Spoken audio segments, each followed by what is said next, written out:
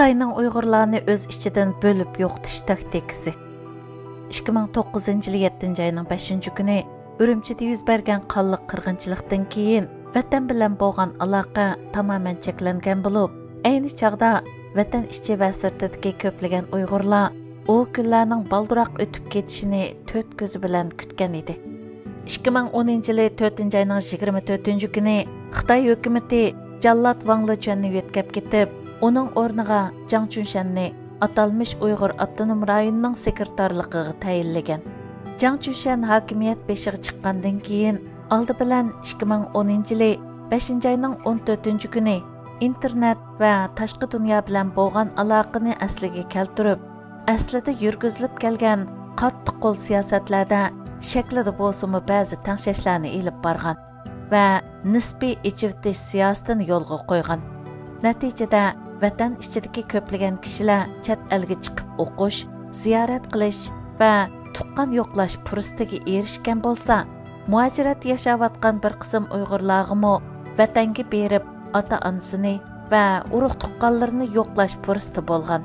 Jang Chunshan davridagi qisqa muddatlik ichivtish siyosati bir tarafdan vatandagi bir qism kishilarning tez boy bo'lishiga sharoit yaratib, xalqimiz ichida kelgusiga nisbatan haddidan ziyoda ishonch va bexodlik tuyg'usi paydo qilgan bo'lsa, yana bir tarafdan vatanni ziyorat qilish fursatiga ega bo'lgan muajiratdagi bir qism Uyg'urlar ichida o'zining chet eldagi qo'li qisqa hayotidan o'kinish va vatandagi do'stlarining bayashat turmushiga havas qilish tuyg'usi paydo qilgan.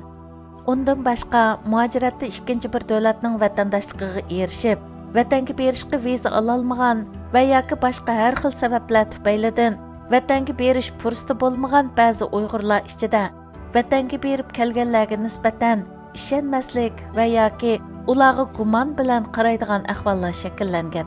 2014 yil 9 oyda Jang Chunshan Xotanni ziyorat qilish jarayonida ko'pchilikka bo'lginchilarga nisbatan o'zining yig'ida o'zining go'shini qo'rish kerak deb xitob qilgan. Undaqda bu yerda deyilgan bo'lginchilar zodi kimlar? Keyingi reallik shuni isbotladiki, Xitoyning nazirdagi u atalmış bo'lginchilar amaliyotda barliq Uyg'urlar.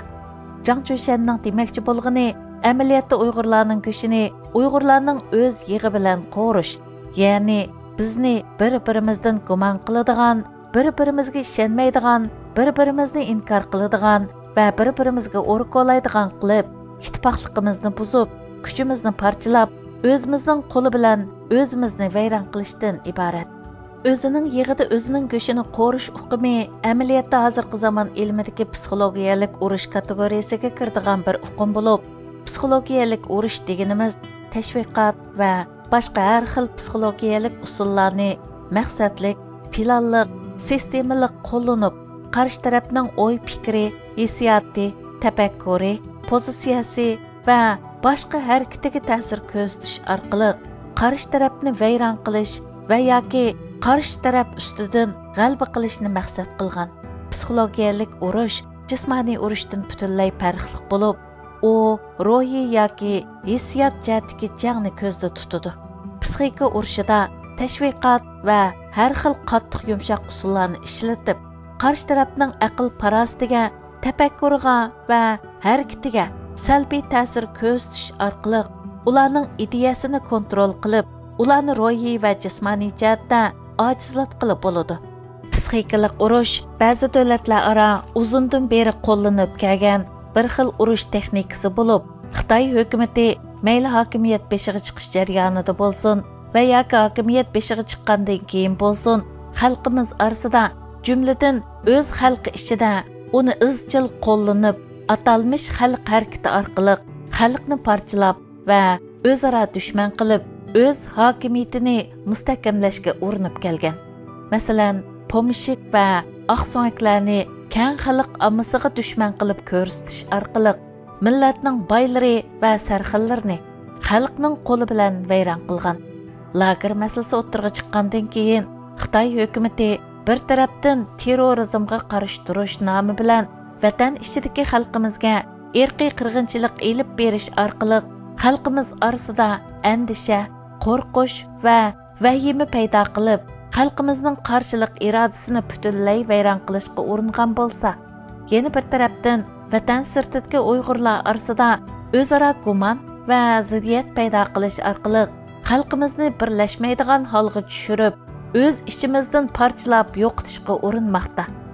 Xitoy hukumatı vatanda qayta tarbiyalash nomi bilan keng ko'lamlik tutqun qilingan dastlabki mezgilda oilasidagilar tutqun qilingan muajiratdagi ba'zi Uyg'urlar Xitoy hukumatiga qarshi faoliyatlarga qatnashmasak, Xitoy hukumati uyimizdagilarni lagerga elib ketmas yoki lagerga elib ketgan taqdirdami qisqa zamonda qo'yib etishi mumkin deb sukutni tanlagan bo'lsa, oilasidagilar tutqun qilinmagan ba'zilar agar Xitoy hukumatiga qarshi faoliyatlarga qatnashmasak, Xitoy hukumati oilamizdagilarga chiqilmasligi mumkin deb sukut qilishni tanlagan. Ondan keyin Xitoy hukumati chet elda urug' tuqqanlari bor bir qism kishilarni chet eldagi urug' tuqqanlardan bahona qilib tutqun qilganda, oilasidagilar tutqun qilinganlar oilasidagilar tutqun qilinmaganlardan gumon qilishga boshlagan. Keyin tutqun qilinganlarning sonining ko'payishiga ergishib, muajiratdagi Uyg'urlar ichida garchi Xitoy hukumatiga qarshi ovoz chiqarib, vatandagi urug' tuqqanlarni qutqizish uchun harakatga o'tgan Uyg'urlar soni tadrijiy ko'paygan bo'lsa-mu, biroq bir turkum kishilar oilasidagi tutilganlar uchun ovoz chiqarishning o'rniga oilasidagi texi tutilmaganlar uchun sukut qilishni tanlagan.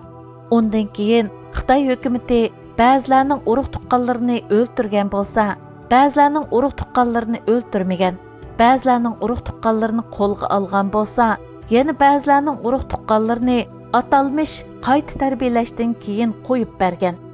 Ba'zilarning urug' tuqqanlarini izdiraksiz yo'qotgan bo'lsa, yana ba'zilarning urug' tuqqanlarini qo'yib berib, cheklama ostida o'z uylarida yashash fursati bergan.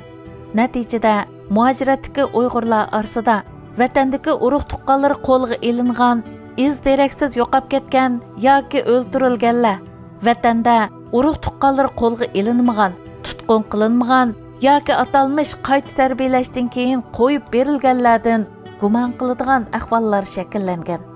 Odamni eng afsuslantirdigini, da'voda aktiv rol o'ynayotgan bir qism Uyg'urlar o'zlarining muajiratda Xitoyga qarshi elib borgan qarshilik faoliyatlari sababidan Xitoy hukumatining vatandagi urug' tuqqanlarni jazolaganligini ta'kidlash orqali bilib bilmay xuddi o'zlari Xitoyga qarshi faoliyat elib bormagan bo'lsa, Xitoy hukumati oilasidagilarni tutmaydigandek tushuncha paydo qilgan yoki xeyli ko'p kishilarda agar da'voda o'ttirg'i chiqmasa, vatandagi urug' tuqqanlari sog' salomat yashaydi degandek qarashlarning shakllanishiga turtki bo'lgan.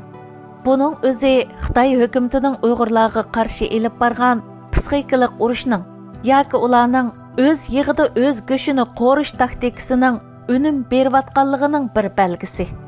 Amerika dengiz armiyasi dengiz havo va quruqliq alayda qismining sobiq askari, Amerikada eng yaxshi setilgan 100 alayda iqtidor degan kitobning avtori va Bo'rdan qutulish nomli krizis bartaraf qilish shirkatining qurg'uvchisi Clint Emerson mundaq degan: har qanday psixikalik urushning maqsadi urush obyektining reallikni tonish iqtidorini burmilab yoki qalaymaqon qilib, ularning harakati yoki qilmishida o'zgarish paydo qilishdan iborat.